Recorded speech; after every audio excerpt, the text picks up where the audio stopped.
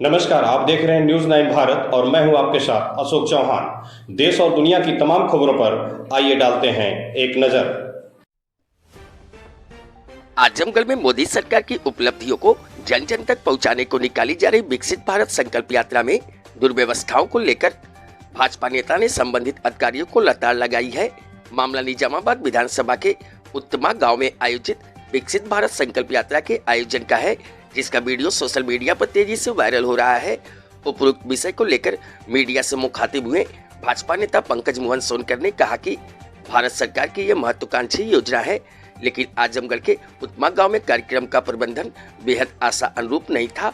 उक्त कार्यक्रम में ग्रामीण जनता को किसी भी तरह जागरूक नहीं किया जा रहा था, जिसे देखकर हमने संबंधित अधिकारी को पीएम के नीतियों को जन जन तक पहुंचाने के कार्यक्रम में स्थिरता बरतने की शिकायत उच्च अधिकारी से करने की बात कही गई और उक्त कार्यक्रम को बेहतर ढंग से क्रियान्वित करने का निर्देश दिया गया। प्रशासन द्वारा पीएम और सीएम के कार्यक्रम में बरती जा रही ढिलाई अशोभनीय है, जिसे भाजपा का कार्यकर्ता बर्दाश्त नहीं करेगा। वहीं अपने ही लोकसभा क्षेत्र के एक विपक्षी दल के सांसद की फोटो पीएम मोदी के साथ वायरल हो रहे हैं। फोटो पर अपना पक्ष रखते हुए उन्होंने कहा कि देश के प्रधानमंत्री सभी दलों से मिलते रहते हैं, कोई पार्टी का नेता भाजपा में शामिल हो सकता है, लेकिन भाजपा सबका रिपोर्ट कार्ड रखती है और जमीनी आदमी को ही तरजीह दी जाएगी। लगातार हमारे द्वारा सरकार की जन कल्याणकारी योजनाओं को क्षेत्र में पहुंचाया जा रहा है और इसी दम पर निस्संदेह भाजपा का निर्णय हमारे जैसे जमीनी कार्यकर्ता के पक्ष में ही होगा। पार्टी का जो भी निर्णय होगा उसका सम्मान होगा।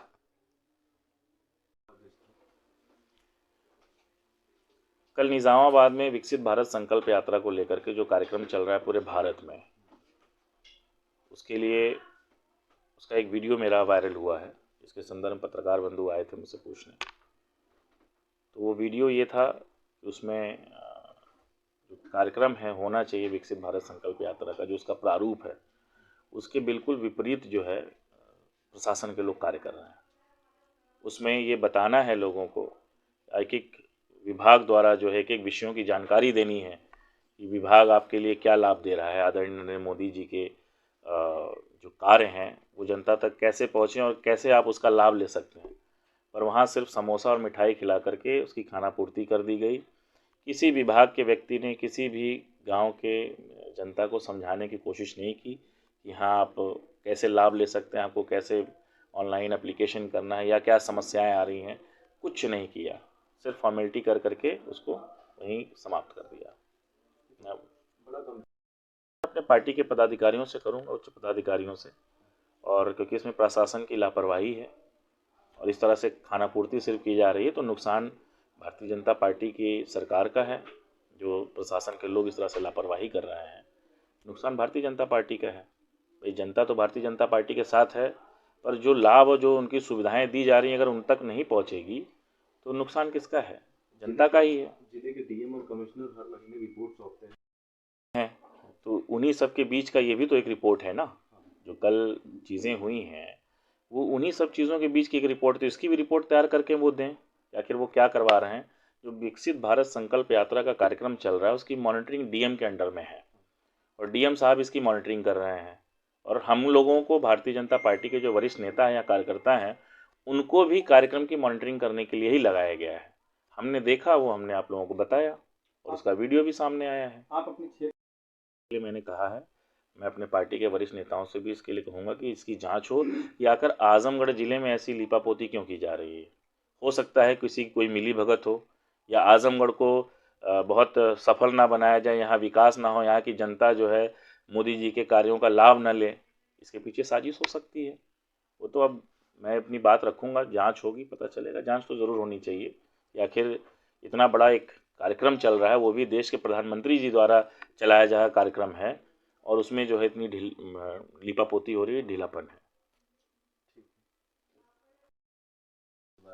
संगीता आजाद का बीजेपी में जाने की भी बात कही जा रही है, इसको कैसे देखते हैं और क्या कहना चाहिए? अब फोटो तो कोई भी खिंचवा सकता है किसी भी बड़े नेता के साथ में। ये तो बहुत अच्छी बात है कि आदरणीय प्रधानमंत्री जी बहुजन समाजवादी पार्टी के सांसद से मिल रहे हैं, पर ये फ़ोटो सिद्ध नहीं करता है कि वो भारतीय जनता पार्टी की सदस्यता ले रही हैं। अब अगर उनको सदस्यता लेनी भी है तो भारतीय जनता पार्टी के पास करोड़ों कार्यकर्ता हैं, भारतीय जनता पार्टी में एक कार्यकर्ता बढ़ जाएगा, एक क्या दो कार्यकर्ता बढ़ जाएंगे, पति पत्नी दोनों आ जाएंगे। भाई पति भी उनके पूर्व में विधायक रहे हैं। पर अब विषय ये है कि भारतीय जनता पार्टी में आने के बाद उनका क्या रिपोर्ट कार्ड रहा है पिछले 5 साल का एज ए सांसद। भारतीय जनता पार्टी ये तो देखेगी ना।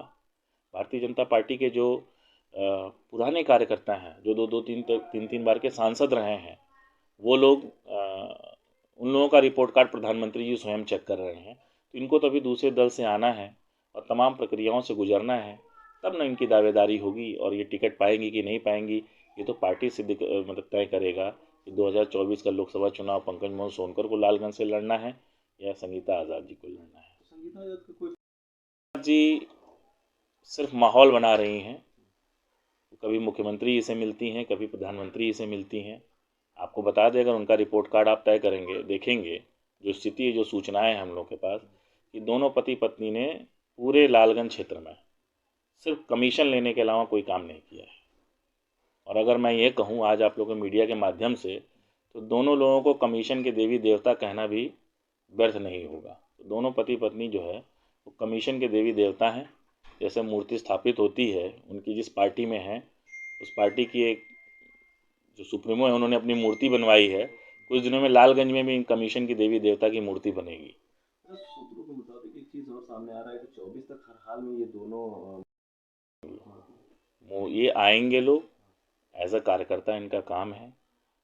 पार्टी सर्वे कर रही है, पार्टी का एक आधार है, वो पार्टी तय करेगी कि किसको अवसर मिलेगा कि नहीं मिलेगा। तो वो तो अलग विषय है। अगर भारतीय जनता पार्टी में आना चाहती है एज अ कार्यकर्ता, स्वागत है, पार्टी में आवे और पार्टी की जो नीति है, जो काम है, वो जनता तक पहुंचावें। चुनाव तो अब होना है, चुनाव भाई 3 महीना 4 महीना है, वो तो अलग विषय है। ऐसे में चुनाव ऐसे में करप्शन बात की है, इसीलिए रिपोर्ट कार्ड उनका चेक किया जाएगा। अब भारतीय जनता पार्टी उनका रिपोर्ट कार्ड चेक कर रही है। देखिए, मैं आपको एक चीज़ बता दूं, जानकारी मुझे मिली है कि ये इन लोगों को जो है बसपा से निष्कासित कर दिया गया है। इनको बसपा के किसी भी कार्यक्रम में पूछ लीजिए, पता कर लीजिए। इनके जो लालगंज क्षेत्र में होर्डिंग पोस्टर लगे हैं वो बिना बसपा के सिंबल के लगे हुए हैं। आप सभी लोग देख रहे हैं, जान रहे हैं। इनकी गाड़ी पे बसपा का झंडा नहीं। विषय वो नहीं है, ये है कि जनता को भी मूर्ख बना रहे हैं ये लोग, और भाजपा और बसपा दोनों पार्टियों को मूर्ख बना रहे हैं। इनका काम है यही। ये अवसरवादी हैं, ये अवसर खोज रहे हैं कि जहाँ से हमको लाभ मिले हम वहीं घुस जाएंगे और चुनाव लड़ेंगे या जो भी करेंगे। तो जनता ना इनके ऊपर जनता विश्वास करेगी और ना ये विश्वसनीय है। तो सिंपल सी चीज़ है। सामने सामने अगर आप दोनों लोग हैं तो फिर कैसा माहौल होगा? ये तो आप ही बता देंगे कैसा माहौल होगा। मैं युवा हूँ, मेरे ऊपर कोई एलिगेशन नहीं है। मैं पिछले 5 साल 8 साल से जो मेरी राजनीति है, युवाओं से जुड़ा हूँ, हर समाज हर वर्ग से जुड़ा हूँ। और युवा एक ऐसा वर्ग है, ना जाति देखता है, ना धर्म देखता है, ना समुदाय देखता है, वो युवा से जुड़ जाता है। और युवाओं से तो मेरी दोस्ती है, आप सभी युवा हैं, आप सबसे भी मेरी दोस्ती है। तो युवाओं का एक दौर आएगा, एक नया माहौल बनेगा। और इस बार अगर मुझे अवसर देगी भारतीय जनता पार्टी, तो लालगंज से कोई नेता नहीं बल्कि लालगंज का बेटा चुना जाएगा। मायावती ये गठबंधन अगर मायावती आती, इसके पूर्व में भी गठबंधन हो चुका है, सपा और बसपा का गठबंधन। तो ये जाति गठबंधन होता है। जाति गठबंधन पे जनता को विश्वास नहीं है। अब भारत में जाति विशेष पर चर्चा नहीं होती है। अब चर्चा ये होती है कि जनता का हित कौन सोचता है। इस देश में जनता का हित सोचने वाला अगर कोई व्यक्ति है तो आदरणीय प्रधानमंत्री नरेंद्र मोदी हैं, जो जनता के बारे में सोच रहे हैं, जनता के लिए कार्य कर रहे हैं।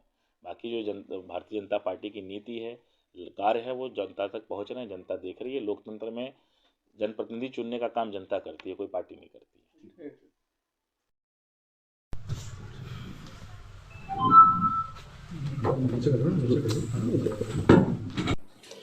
यहाँ खबरों का सिलसिला कभी नहीं थमता। सिर्फ और सिर्फ बने रहिए न्यूज़ 9 भारत पर। अब चाहूंगा इजाजत। नमस्कार।